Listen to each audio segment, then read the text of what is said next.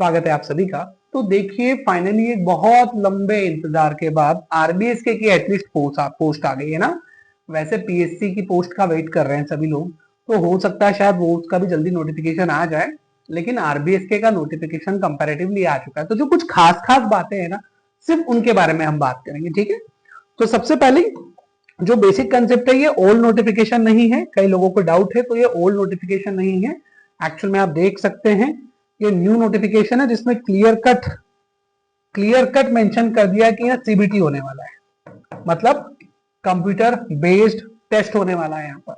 तो online exam होगा, उसी ऑनलाइन एग्जाम के बेसिस पे जो एनएचएम है, राष्ट्रीय स्वास्थ्य मिशन एनएचएम, इसके अंतर्गत जो आरबीएस के है, ठीक है, संविदा आरबीएस के चिकित्सा अधिकारी, आरबीएसके के नाम से जिन्हें हम जानते हैं, है ना। तो आरबीएसके की कैटेगरी में एमओस की पोस्टिंग होने वाली है। ऑब्वियसली आयुर्वेदा, होम्योपैथी और यूनानी जो डॉक्टर्स है उनकी पोस्टिंग के लिए होना है। तो बहुत सीधी सी बात है। देखिए हर बार अनुबंध, यहाँ पर कुछ लोगों को इससे बड़ा कंफ्यूजन है, सर ये क्या चीज है।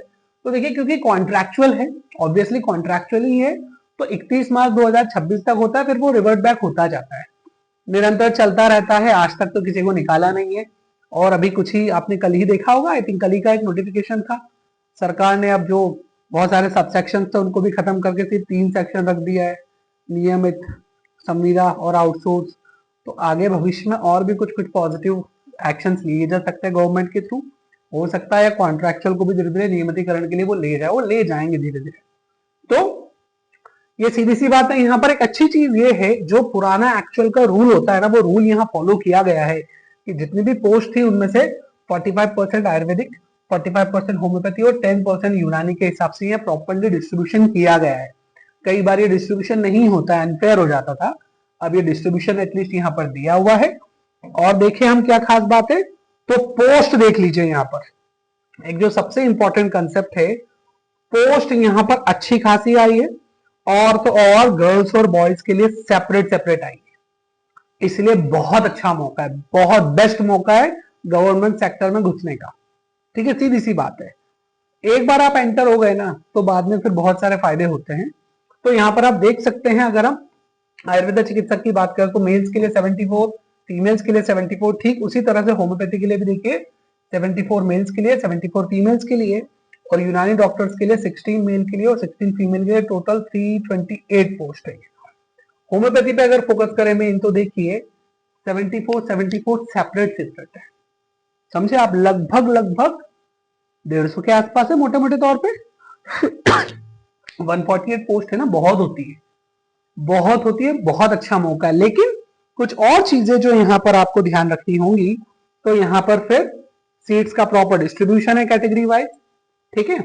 तो यहाँ पर प्रॉपर कैटेगरी वाइज अगर आप डिस्ट्रीब्यूशन देखेंगे तो आपको समझ में आएगा यहाँ पर कि आयुर्वेदा डॉक्टर्स के लिए भी ओबीसी में 27% को फॉलो किया गया है, ठीक है। बाकी सब लगभग सेम ही चीज है, सिर्फ यहाँ पर 20% के हिसाब से नोटिफिकेशन जो है वो जारी किया गया है। तो इस बात का भी ध्यान रखें आप। तो जो ओबीसी कैंडिडेट्स है, जिनको लगता था हम इतने ज्यादा हैं, ऑब्वियसली उनको एक फायदा होगा सीधे सीधे, ठीक है। यहाँ पर मेन फोकस अगर हम करें होम्योपैथी पुरुषों और फीमेल्स के लिए, तो भी देख लीजिए टोटल 74-71 में से 21 यूआर के लिए है, एससी कैंडिडेट्स के लिए 14 है, नहीं सॉरी, एसटी कैंडिडेट्स के लिए 14 है, और एससी के लिए 12 है, और ओबीसी के लिए 20% है, क्योंकि 27% को यहाँ पर रूल को फॉलो किया गया। बाकी हैंडीकैप्ड कैंडिडेट्स के लिए होता ही है एज ए जनरल, ठीक है। ये कुछ खास बातें हैं जो आपको ध्यान रखनी है। और क्या खास बात है, तो देख लीजिए यहाँ पर ऑनलाइन आवेदन 16 दिसंबर से शुरू हो चुके हैं बताया जा रहा है, ठीक है। तो ऑनलाइन आवेदन पत्र भरने की प्रारंभ तिथि एंडिंग दिखाया जा रहा है 23 दिसंबर 2025। तो आप एक बार, नहीं त्रुटि है, ओके ये स्टार्टिंग है, सॉरी, हाँ प्रारंभिक दिनांक दी है ना, एंडिंग तो यहां पर होगा 5 जनवरी को, अंतिम दिनांक, ठीक है। तो ये ध्यान रखेंगे आप लोग। त्रुटि सुधार भी 23 से शुरू हो रहा है, और एंडिंग कहां तक है, 6 जनवरी तक है।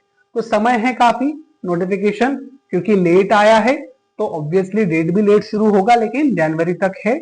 अच्छे से फॉर्म भरे, त्रुटि अगर हो भी जाती है तो उसे भी सुधारा जा सकता है। और क्या खास बात है यहाँ पर, तो जो ग्रेजुएशन चाहिए वो भी आप जानते हैं, बेसिकली अलग से मैं कुछ नहीं बता रहा हूं। हाँ यहां पर देखें आप जरा, सैलरी की अगर हम बात करें तो क्योंकि अब ग्रेड पे लगने लगा है, पहले क्या होता था, पहले एक मानदेय फिक्स हुआ करता था, ठीक है। अब अब जो है वो 3600 ग्रेड पे की कैटेगरी में रखने लगे हैं, ठीक है, 3600 ग्रेड पे। तो ग्रेड पे अगर 3600 है तो शुरुआती स्टार्टिंग सैलरी 36,200 रुपए जो है ये हर ईयर बढ़ती रहती है, ठीक है। इसका एक प्रॉपर रेंज है, ईयरली बढ़ती रहेगी, फिक्सिटी नहीं है, तो रेंज इसका हमेशा बढ़ता जाता है, ये एक प्लस पॉइंट है, ये भी आपको ध्यान रखना होगा। और यहाँ पर क्या खास बात है देखिए, जैसा मैं कह रहा था, तो यहाँ पर एमसीक्यूज होने वाले हैं, ठीक है, टोटल 100 एमसीक्यू होने वाले हैं, ठीक है, 100 क्वेश्चन रहेंगे, एक क्वेश्चन का 1 नंबर रहने वाला है, नेगेटिव नहीं है, लेकिन क्राइटेरिया है मिनिमम क्वालिफाइंग क्राइटेरिया, उसकी भी हम लोग बात कर लेते हैं। तो मेनली 4 शहर भोपाल, इंदौर, जबलपुर और ग्वालियर, 4 जगहों पर होंगे ये एग्जाम, तो ये भी आपको ध्यान रखना होगा। यहां पर देख लीजिए जो एक और इंपॉर्टेंट कंसेप्ट है, जो एक और इंपॉर्टेंट कंसेप्ट है, वो ऐसा नहीं है कि हमने एग्जाम दे दिया थोड़े बहुत मार्क्स आ जाए काम बन जाएगा, नहीं, यहाँ कट ऑफ रेंज है, देखिए आप, न्यूनतम उत्तीर्ण अंक, तो एटलीस्ट यूआर कैटेगरी 40%, ईडब्ल्यूएस के लिए 36%, ओबीसी के लिए 35 एंड एससी एसटी कैंडिडेट के लिए 30% मार्क्स लाना जरूरी है, जरूरी है, इतने तो आपको लाने ही पड़ेंगे, ठीक है, तब जाके आप होंगे। बोला जरूर है कि ये न्यूनतम उत्तीर्ण अंक को कम करने के प्राधिकारी होंगे, लेकिन नहीं करते, मैं आपको सही बताऊं तो उनका क्राइटेरिया फिक्स्ड होता है, वो उतने ही क्राइटेरिया पे फॉलो करते हैं और उतने पे ही सीट अपनी भर लेते हैं, खाली हो गया बैकलॉग में डाल देते हैं, चलो बाद में भर लेंगे, उनको तो फायदा है।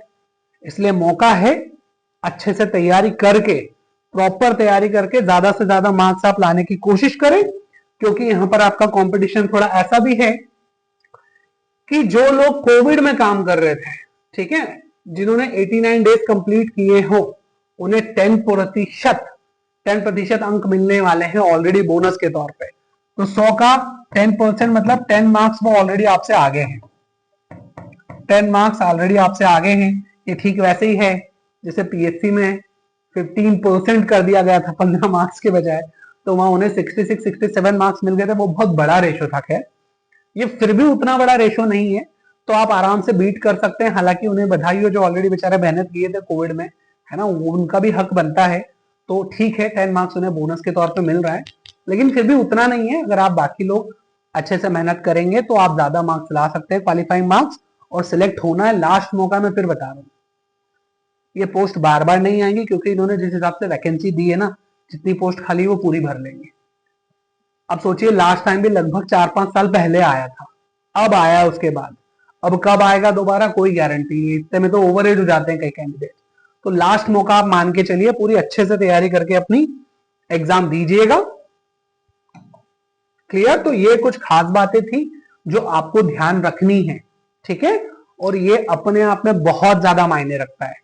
रही बात वो कैंडिडेट जिन्होंने कोचिंग ज्वाइन कर ली है हमारी या करने वाले हैं, तो मैं आपको बता देता हूं, आप 10 जगह ट्राई कर लीजिए, अगर अभी तक नहीं किया हो तो जितना बेस्ट अपने यहां पर मटेरियल मिलेगा, जितने सिंप्लीफाइड वे में अपनी क्लासेस मिलेंगी, जितने क्लियर कंसेप्ट मैं करा दूंगा आपके, वो कहीं नहीं मिलेगा आपको। देख लेना आप चाहे तो ट्राई करके, क्योंकि हमारे यहाँ लोग ज्वाइन करने के बाद दूसरी क्लासेस छोड़ के यहाँ आ जाते हैं, ठीक है। और लास्ट ईयर का भी परसेंटेज रेशो आपको पता है, जो लोग मुझे जानते हैं, जो लोग हमारी क्लास के बारे में जानते हैं, लास्ट ईयर भी आरबीएस के जो आया था होम्योपैथी के 85% कैंडिडेट्स कोचिंग के सिलेक्टेड थे।